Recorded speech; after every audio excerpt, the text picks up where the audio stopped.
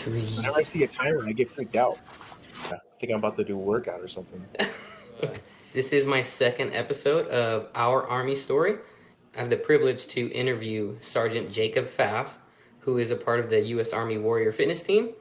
So, Sergeant Pfaff, how you doing, man? Good, man. Doing great. Good day. Getting sunny. Weather's getting better. Can't complain. Where are you right now? I am in Louisville, Kentucky. Oh, nice. Okay, I know you. I just called you Sergeant Jacob Pfaff, but we're friends. I'm just gonna call you Jacob. Yeah, let's keep it chill. All right, cool. I'm not gonna do it super robotic. How did you get on the U.S. Army Warrior Fitness Team? About 2 years ago, First Sergeant Glenn Grabs was kind of the lead on putting together a recruiting initiative. So we had three recruiting initiatives: the e-gamers, the esports team, we Hmm. have the rock band, and the functional fitness team.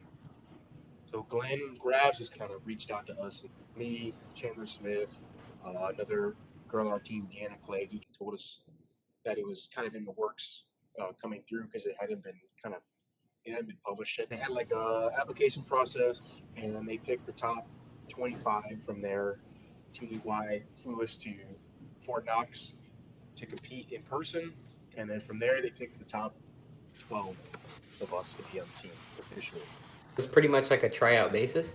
This trial was 2 day, 4 workouts, I believe. They picked people that they saw potential. Like we had a girl when we did tryouts, she couldn't even handstand walk, and now 2 years later on the team, she's handstand walking over the obstacle. But it Yeah. wasn't solely based off of the workouts. Oh, it wasn't just like, hey, this is the toughest dude. Let's put him in. Yeah, there Well, was a that's lot more to the thought process than just who got first place in every workout. nice. Do you feel like it's a good representation of the Army's fitness, or do you feel like you could have other individuals on the team? So that's kind of where we get that's kind of the mix up is we don't really represent fitness in the army per se. Mhm. Like we're not ACFT experts. We Yeah. don't train for it. We can't give you a workout program to get better at those things. We specifically train CrossFit style. Our main purpose is to engage with a fitter demographic. You were on TV a couple weeks ago. You performed at the CrossFit Open at the CrossFit I headquarters, did. and Yeah, I was at CrossFit HQ. Yep. yeah, and you were interviewed after, and he said a fitter army is a stronger army. And That's right. that resonated with me so much because sometimes, especially coming from the line, I used to dog a lot of soldiers because it was like, hey, you can't even do a pull up. How Right. how are you expected to be a combat medic if you can't take care of anyone? You can't actually treat a casualty, or what if you actually had to move someone from point A to point B? It was so great to see a non-commissioned officer say something like that. I was super proud, especially because you're my friend. I was like, fuck yeah. Thanks, dude. I was just rambling. My mind was all over the place. Oh yeah. That's what I was in my living room and I did a poll on my Instagram. I was like, who's gonna win, Captain Schreiber or Sergeant Yeah. Pfaff? And Sorry about that. and no, it's good, bro. But I was in the living room with my wife and I was like talking mad shit. I was talking mad shit, and because I've never seen Captain Schreiber compete Yeah. ever, I didn't even know who she was. So to see you guys go out of the gate like that, I was like, whoa, man! I was so blown away. Yeah, she's a beast. Yeah, She'll beat me in workouts like that all day long. yeah. 21.2. If you don't do CrossFit, you have to do the same amount of burpee box jump overs, 15, and then 15 burpee box jump overs, and then 10 dumbbell snatches, and then you switch on each arm, and then the rep count goes from 10, 20, 30, 40, and 50. And this was a CrossFit Open workout that was first came in 2017. I gotta ask, did you do better than your Oh, way 2017 better. time? Wait. I think I did almost 3 minutes better. Holy hell, almost three So minutes I better. got beat by a lot of people still, but I did way better than 2017. So I guess I can't really complain. Hey, yeah, as long as you do better than your past self, like it's hard to get mad at that. Right. The first time I actually did I actually did that workout in 2017, and that's when I first met you. Was in El Paso, Texas, and we were Yep. both stationed on Fort Bliss, Mm-hmm. and I met you at CrossFit 915, Yep. and That's that, right. and I was super intimidated because I was like, that dude is like a professional athlete, and then it was super cool to see how nice you were. Thanks, man. Sometimes those professional athletes or someone who's on that high of a level, they get that bad rap of like they're super selfish, like they have to think about themselves. So hey, get out of their way. And it was the complete opposite with you. I remember I was working on my snatch and I couldn't snatch 205 at the time, 205 pounds. And then you came and talked to me a little bit about switching something, and then my snatch went from 205 to 220 from the next upcoming weeks. And Yeah. I thought it was super nice of you because at the time you were snatching like 275 pounds. And I was like, this guy doesn't even need to watch me lift, but you were super supportive, and that community of CrossFit, like, was just so amazing to have like a brotherhood. Exactly, man. Gotta stay humble. Yeah. An important thing that I like to do is I just try to share my knowledge, especially like younger generation. I know that even now, being 28 years old, there's still a lot of things that I remember when I was younger, things that people said that kind of still like stick with me. Does that transfer easy for you being a non-commissioned officer? Teaching soldiers or talking to civilians and mentoring them. Does that help at all? Because you came from this super competitive sports side, but you Hmm. still love to teach people. I guess it depends on exactly what I'm teaching. I wouldn't say I'm the best coach. I give my best shot as far as telling people what I think works, uh, what they should do differently on different movements. Being a good athlete doesn't always transfer to being a good coach, but I do give it my best shot. So Dope.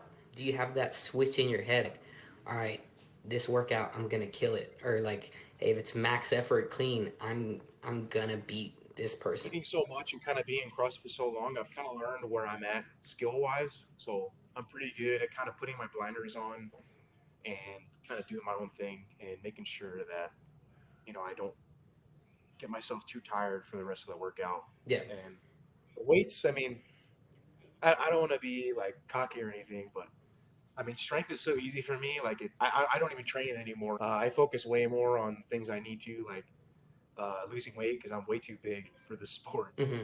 So I lose a bunch of weight, gymnastics, body weight stuff. For the most part, I stay in my own lane, and it works out for me every once in a while. Sometimes, I mean, you have mistakes when you're competing. I mean, you can't be perfect Yeah. all the For the time. longest time, I was doing Olympic lifting for the past 4 years, but I never competed. And for Yeah, me, it was always just personal. It was always just like, I want to reach this number and I want my technique to look this crisp. And then every time I hit that, then it was like a party. yeah, And it became the point where I would celebrate with my wife. I was like, I did this. And it was like a huge party. I would take like yeah. almost 3 weeks off because anytime you're like doing heavy Olympic weightlifting, your body is just beat up. And then as soon as you reach that goal, you're just like completely drained. You never competed, not once. No, the longest time I was like, I don't have the highest numbers, and I was ashamed of that. And then I finally did inward thinking, and I was like, am I doing this to be the best, or am I doing this for myself? And then I was like, I'm doing this for myself. I want Yeah, super nice technique, and I want to hit what I believe I can hit. And if I do it, I'm super proud of it. But ultimately, I didn't want to do it for the stage. It was just me. right, like right. like in some of the videos, like when I do reach PRs, like you can see me right after, it's just so happy that I did it, you know what I I mean? can respect that. Because I live in my head so much, and I'm like, I can't do that, I can't do that. And when I finally do, I'm like, I've worked so hard to get here, and it's like a freaking party. Yeah. Like some people just beat the shit out of themselves and then never do anything with it. Well, yeah, especially CrossFit. I mean, you're collapsing on the floor every day. You know what I mean? It's like I get the people just trying to get in shape, but the people who want to compete and they do like competitive programming, it's like, why are you beating yourself up every day? Like for what? Yeah. You just want to beat people in your. I mean, if you want to beat people in your gym, that's fine. That's on you. But I feel like if people just competed and we're just there with that crowd, like it just makes like everything so worth it. I feel. Yeah, it's a lot of fun. I did It's so fun. I did one CrossFit competition, and I got like $100 out of it, and then I Yeah. bought some nanos, and I was like, that was awesome. Yes. Oh, that's way back. Nanos, huh? Yeah, I got the Nano Was fives. that was that in El Paso? No, it was in Hawaii. Oh, okay. Yeah, Oh, okay. That was before El Paso. yeah, that was like when I was like the fastest ever. I did like my Fran time was 2 minutes and 42 seconds. Wow, that's solid. Yeah, and I was like, oh my god, this is insane. But I was focusing so heavy on that. My strength, my what is it? My clean and jerk was 285, and I was just like, I can't compete with these stronger people, and that's why I switched to Olympic lifting. Okay. Yeah. Yeah. So where are you from? Originally, I'm from Brunswick, Maine. Brunswick, Maine, and is that a military town? Is there any military by? So there was a naval base there that shut down, but we moved there because my stepdad was Navy. So we were in New York, I believe, and that's with my mom and my stepdad, and then we moved to Brunswick because there was a naval air station there.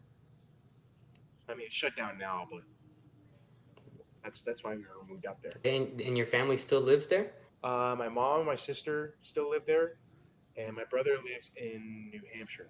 If your stepfather was in the Navy, I gotta ask, what made you choose the Army? And you could be honest, bro. Just go ahead. Yeah, I'll give you the whole story. So I had a job for the town. I was a groundskeeper. I worked for the school department, and I ended up getting laid off from that job because they have a probation period, and they can just fire you for no reason in that certain period. And during that time, I'd be going to Planet Fitness, and I'd been talking to somebody who was in the Marines, and he kept telling me, "Yeah, you should join. Like they have a the military has a powerlifting team," which obviously wasn't true, but at the time, you just believe whatever people say. Yeah. Well, eventually, when I got laid off and I didn't have a job and I didn't want to go to school, I was like, I don't know what to do. In the back of my head, this guy, every time I go to Planet Fitness, he'd try to convince me to go, talk to a recruiter or whatever. So one day, I went to a recruiting station and it had Air Force, um, it was Air Force, Navy, Army, and Yeah. Marines. So I walked to this recruiting station and I walked down the hallway and I looked in the Air Force and they're just in there hanging out. I peeked in the Navy. I think there was one guy in there on the computer. I walked past the Army office. There was another guy in there. And I went all the way down to the Marines and I stuck my head in.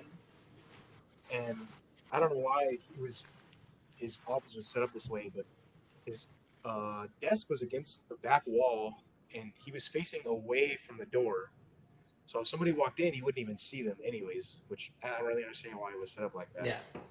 So I peeked in. He was like facing in their way, and I was kind of a quiet person, so I didn't like say anything. I was like, "Oh, okay, well he's probably busy." So I turned back around, and I was walking on my way out to leave the building, and the army recruiter, as he saw me walk by the door, he yelled at me. He's like, "Hey, what are you doing in here?" And then I just walked in. I started talking to him. Like he started telling me about all the opportunities the army had, and so I went back the next day, and we started making moves towards me joining the army. That's super dope, man.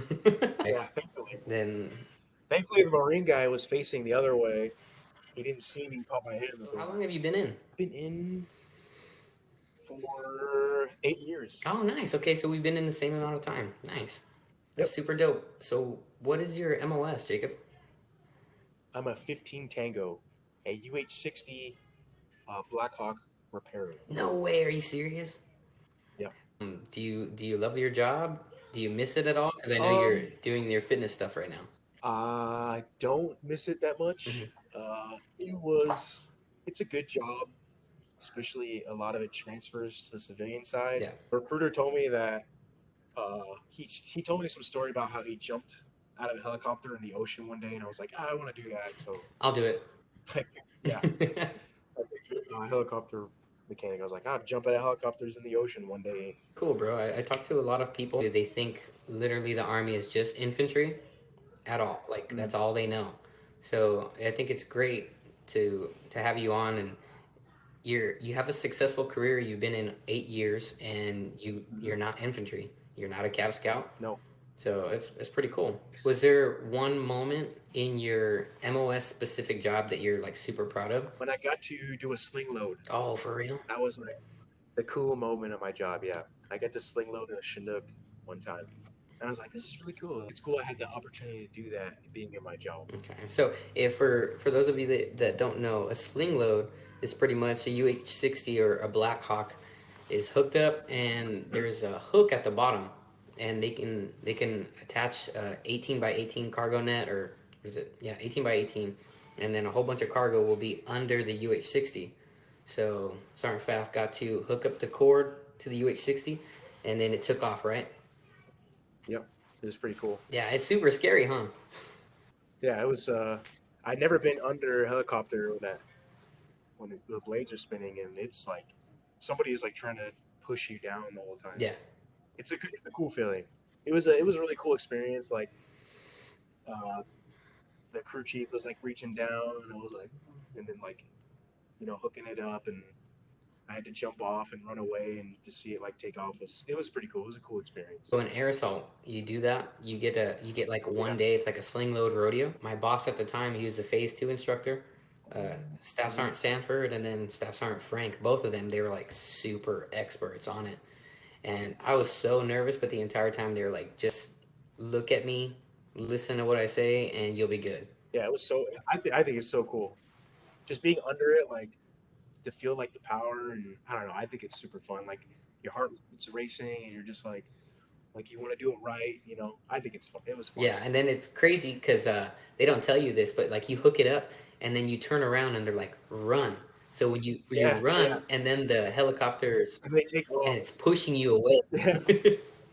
How does it feel to work out in the best gym in Fort Knox or in pretty much in the entire Army? It's pretty cool. I mean, you saw it. Yeah, It's definitely better than your regular gym in any army base. yeah, So, I mean, it's strictly CrossFit stuff. yeah. I mean, Everything. for obviously for those that don't know, he's in Fort Knox, Kentucky.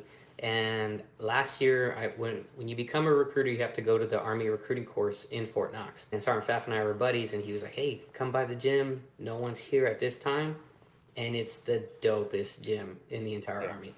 Like what is it? Nice rowers everywhere. The Concept 2 bike ergs.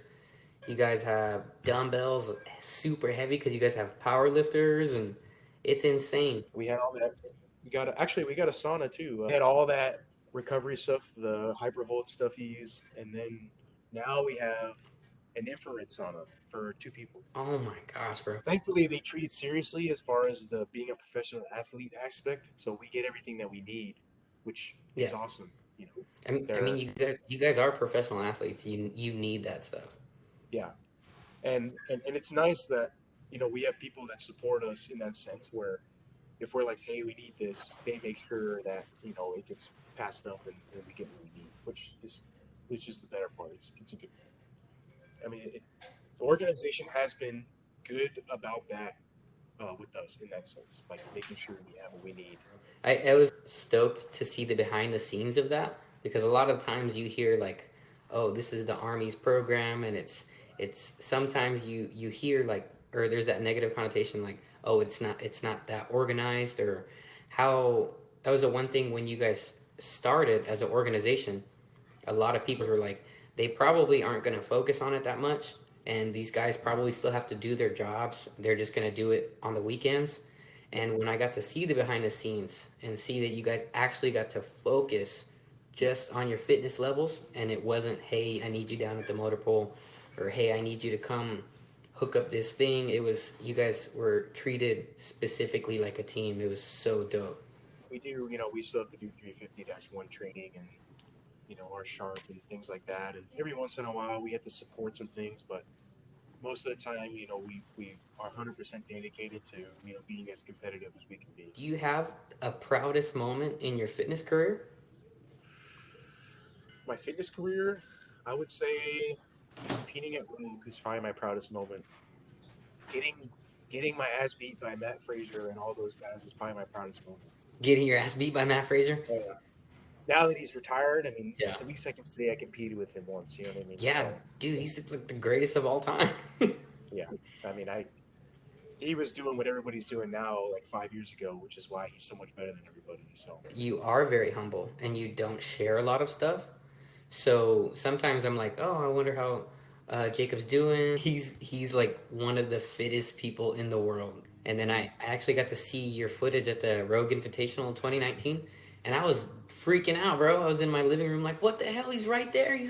He's right there with Matt Frazier. when did you watch that? It was on YouTube. It's all over Oh YouTube, bro. yeah, But yeah, I was there. I was getting beat up, but I was there.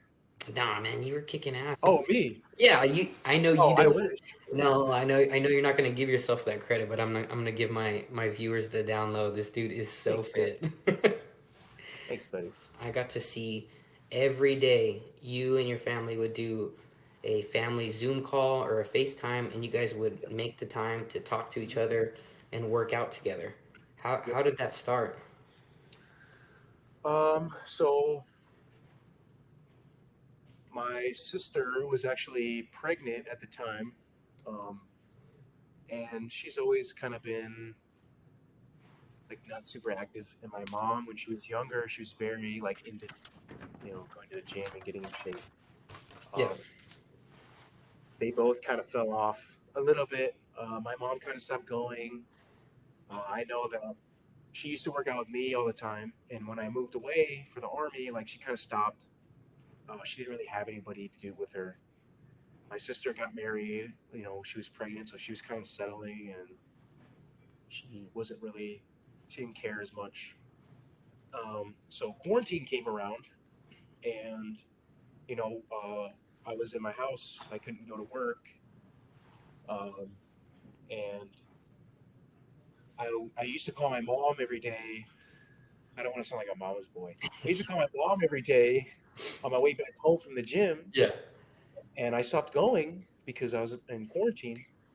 So I would just call her in my basement, like before I worked out, and she would just watch me, do my workout, and then I would finish working out, and I would, finish talking to her. yeah, Well, one day I was just like, well, why don't we just work out together, you know, and we'll get Maddie on here, my sister Madison, yeah. and that's just kind of how it started. It was like a quarantine, and it just kind of was like I used to call my mom, and so we would still talk, but I would be working out when we would talk.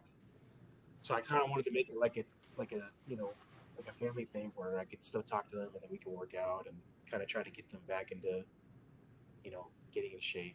So it was just like a little thing. It wasn't like you know I wanted to live long, long healthy life, and fitness is super important. Being healthy. That's super dope. Never saw anything like that, so I was like, man, you're in the army. Yeah.